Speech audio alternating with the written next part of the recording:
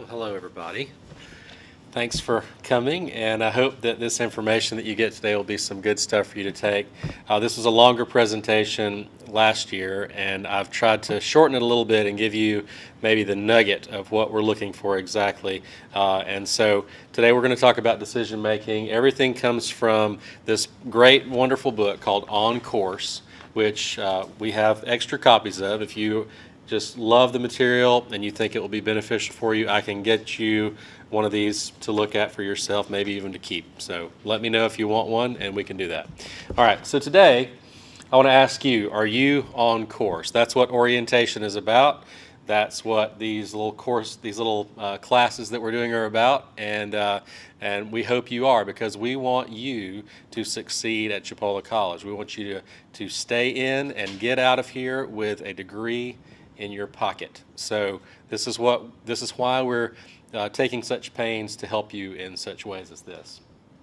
So today is about decision making, and if you don't remember anything else today, I want you to get this picture in your mind that ideas have consequences. Ideas have consequences. What do you think that means? Yes. That's right. It's about what's in here comes out in what you do, right? That's exactly what it means. Ideas affect behavior. The way that you think affects the way that you act. What you believe affects what you do. So you've got to get your mind right first before you can actually do what's right. Because if your mind is wrong, if it's disorganized, then what do you think is going to come out of that? Disorganized behavior, right? Yeah. Think about your home. Think about your room. Is your room organized or is it messy? What does it look like? Well, if it's messy, then chances are what's going to come out of there as far as schoolwork is not going to be very coherent, right? You're not going to have good papers and good studying habits for tests and things like that. But if you are organized, if your physical space looks like one where you can find things, then that's probably going to be reflected in behavior as well. So let me talk to you today about this story, and if it'll play, I want to show you a short video. Before May 6, 1954, people had just gotten into this false mindset that nobody could run a mile in under 4 minutes, that it was just an insurmountable task, that it was a feat that nobody could accomplish. But then on that date, May 6th, 1954, a man named Roger Bannister broke that record in England. And after that, what do you think happened? When he ran his mile in 3 minutes, 59.4 seconds, what do you think happened? That's right. Because, why? Because people knew that it was possible. People's minds had to change about the 4-minute mile, and when it did, there was kind of a small flood of people that began to do the same thing because they knew it was possible. Let me show you a little film about that.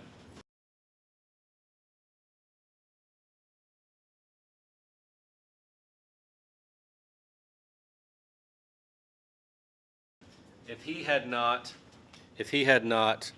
taken that step to beat that record, it would have taken some time before it really happened. But he got into his mind. He was one of those people, one of those remarkable people that can think ahead of his time, and pave the way for other people. So you got to change your thinking before your behaviors change. You've heard coaches say attitude is everything. Well, it is true. It matters. So, success or struggle? Which one? What are you going to choose? Well, I hope you choose success, but to choose success, you've got to think rightly. Remember this, right? Ideas have consequences. Ideas affect behavior. What you believe affects what you do. Now, in this book, this wonderful book, there are 8 different strategies for being a successful student, and but one of them is all about personal responsibility. Actually, the first one, and it juxtaposes what a successful student looks like versus what a struggling student looks like in the area of accepting personal responsibility. A successful student, hopefully you guys, will accept personal responsibility for everything personal, seeing themselves as the primary cause of their outcomes and experiences. But struggling students don't do that. And you've met struggling students, and I hope if you are one that you make the shift today to not be one anymore. They see themselves as victims all the time. And that's going to be the focus of our talk. The rest of this talk today is victim versus creator. They believe that what happens to them is determined primarily by external forces such as fate, luck, and powerful others. We'll get into more of that in a minute. But here's a good definition of personal responsibility. The essence of personal responsibility is responding wisely to life's opportunities and challenges, rather than waiting passively for luck or other people to make the choices for us. What are the two opposing verbs in that statement right there?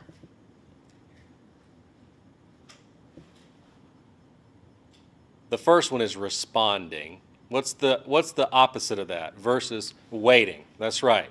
So are you going to be a responder or a waiter? Are you going to respond to things that happen in your life, or are you going to wait for things just to happen to you? Let me ask you a question. Are you a victim, or are you going to be a creator? Let's look at this here.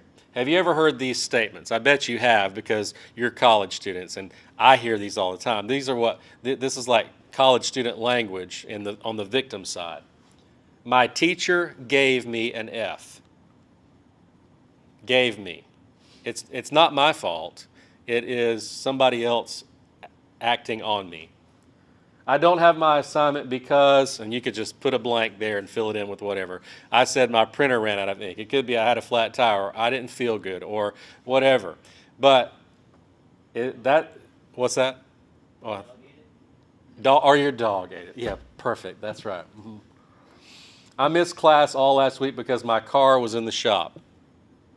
I failed the test because the teacher didn't give us a study guide. I didn't turn in my homework because I was absent the day before. If you've ever heard those things, you've heard victim language. That is the sound of a victim. It happened to me. I didn't do anything. It just all happened to me. It all came down and just, woe is me. This is kind of a general victims versus creators, but that's what we're going to call the opposite of a victim, because creators do something. They respond. They don't just let stuff happen to them passively. Victims keep doing the same things even when they don't work. But creators are not afraid to change their ideas and actions to create results.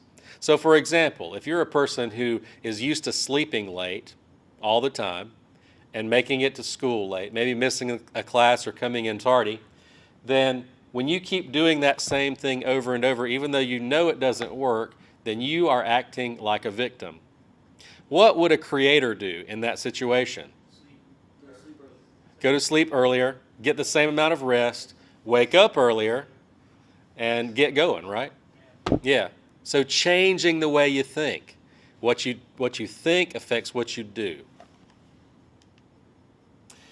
I love this responsibility model. This kind of lays out the victim versus creator response.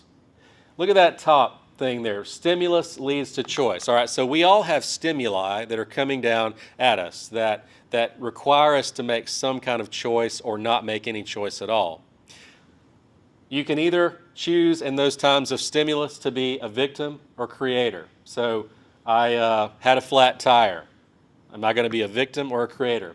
If I'm a victim, I respond by blaming, complaining, excusing, and repeating the behavior. Oh, I had a flat tire. I couldn't make it to class. Or my car's in the shop. I can't make it to class. I couldn't do my homework because my printer died. And the result is that we seldom achieve our goals when that's the case. Victims don't achieve their goals. But a creator does something different. He seeks solutions. She takes action They try something new instead of the old ways. So what if your car is in the shop? What do? Call a buddy. That's right. That on Canvas, you have this wonderful little thing called People. And under People, you can put your profile. It's like a mini social network. You can put your profile, you can put contact information, and we want you to do that because that means that you can easily contact somebody or they can contact you from your class. If you weren't there the day before because you legitimately were sick, then it means you can call up and find out what the assignment was. You can get a ride. There are ways to be problem solvers rather than just doing the same old things over and over. And when we do that, our goals are often achieved. So let's look at some victim language versus creator language, just a little bit here, and kind of run through some scenarios. And I'm going to ask you to help me. Give me some information here, okay? First one, victims focus on their weaknesses, but creators focus on how to improve. What's a weakness that a victim might point to? Tardiness, okay? All right. Homework, yeah. Or I've heard this one a lot. I'm just no good at whatever, math, yeah. Or I've never been able to write a thesis. Well, if you keep that same idea, then you're just going to keep on having the same result. But a creator, on the other hand, would say, you know, in the past, I've really stunk at math, but I'm going to go to ACE, and I'm going to get some help, and I'm not going to be that person anymore. Victims make excuses, but creators seek solutions. What's an excuse? We've already said some. What's a new excuse? What's one that you've heard or made? I won't tell anybody. What? The teacher doesn't like me. Now that may be true. That can happen. There can be personality conflict, and you may rub each other the wrong way. So that's an excuse, though. That's very good. What would you do? Sorry? Yeah. Oh, yeah. Definitely. I mean, it's a reality. Not in my class. I like you all equally. But what would be a solution to that problem? Anybody? Well, that's a negative way of putting it, but you could. I mean, what's a better way to say it? There you go. Yeah. I tell my kids this all the time. You be the good guy. If somebody else is being the bad guy, you don't be bad back to them, because two wrongs don't make a right. Don't return evil for evil. You return good for good, right? You do the right thing. You be the good guy, and don't give them a reason. What about this one? Victims complain, but creators turn complaints into requests. What's a complaint that you hear from your fellow students? Why do we have to do this? Yeah. So how would you turn that into a request, Timothy? Honestly, I don't know. Well, you could ask the teacher, right? Yeah. I mean, I wouldn't say, why we got to do this? Well, how could you say it in a better, more winsome way? You could say, and I do this for you 1101 people, right? I say, you know, or you could ask me, Mr. McInnes, I don't really see, can you help me understand why we would do something like this? I mean, there's a way. I tell my kids this too. The how matters. The what is important, but the how you do it, that matters a lot with the way you get answers or responses back. So ask. I mean, just turn it into a request. Okay? Great quote by Maya Angelou. She said, what you're supposed to do when you don't like a thing is change it. If you can't change it, change the way you think about it. Don't complain. Man, that's good advice. Can you imagine a world where nobody complained? That would be a decent world. Yeah. And I'm telling you, I'll be real honest with you. Don't go in a teacher's lounge at Chipola College, or you might hear some, or any other kind of faculty or staff lounge. Yeah, grown up, or y'all are grown ups too, but I mean, old folks do it too. All right. Victims compare themselves unfavorably to others. Now, have you ever done that? I think that's a common trait of all human beings, that we look at other people who are better than us, who are better looking than us. I know that's hard to believe, but so that I would think that. But people that are better looking than us, people that are more skilled at whatever your hobby is. Let's say you're a musician and there are people that are better than you. We do that, don't we? We say, oh, they're just so good and I stink. But a creator doesn't dwell on that kind of thing, that negative self-comparison. He or she gets help from those people. Can't beat 'em, join 'em. Yeah, that's right. Victims blame and creators accept responsibility. And that's the crux of the whole matter right there. Victims blame somebody else. This happened to me. This person, or my car is not very good, and so I'm going to blame my car for my low performance in class because I can't get to school. But creators say, I have a sorry car, but I've got a good friend, and I'm going to go to class anyway. Victims see themselves like that little piece in the hand right there. Any chess players out here? What's the piece in the hand? A pawn. That's right. They see themselves as being moved around. They're the lowliest. Yeah, as pawns. They're the lowliest pieces on the chessboard, and they're getting moved around by somebody. And but creators don't think that way. They think, how can I respond?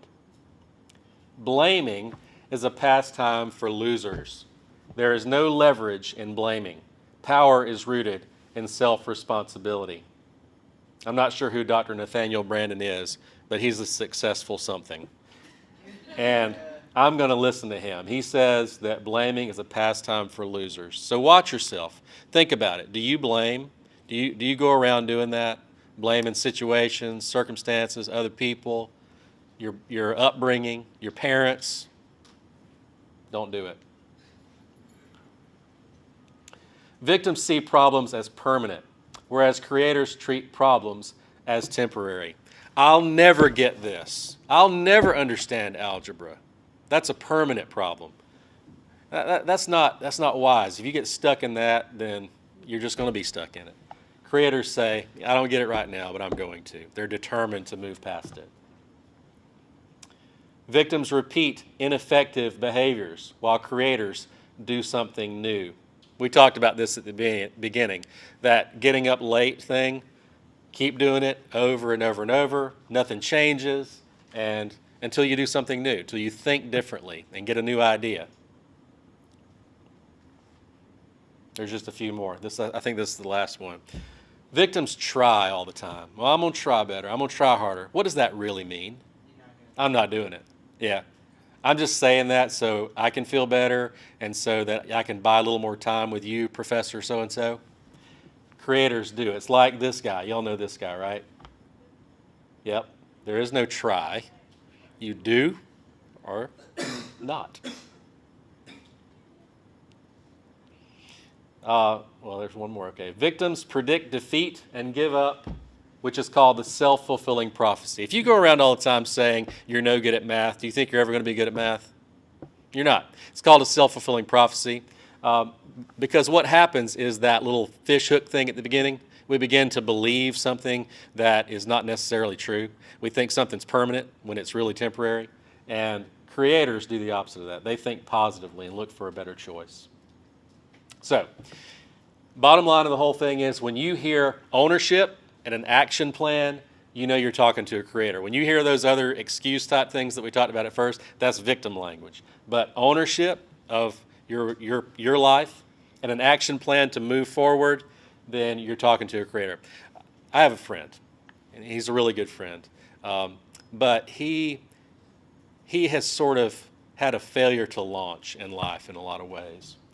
And when I talk to him, I often say, well, what's your plan? What are you going to do? And he's kind of like, I don't know. And you know what's going to happen? Nothing.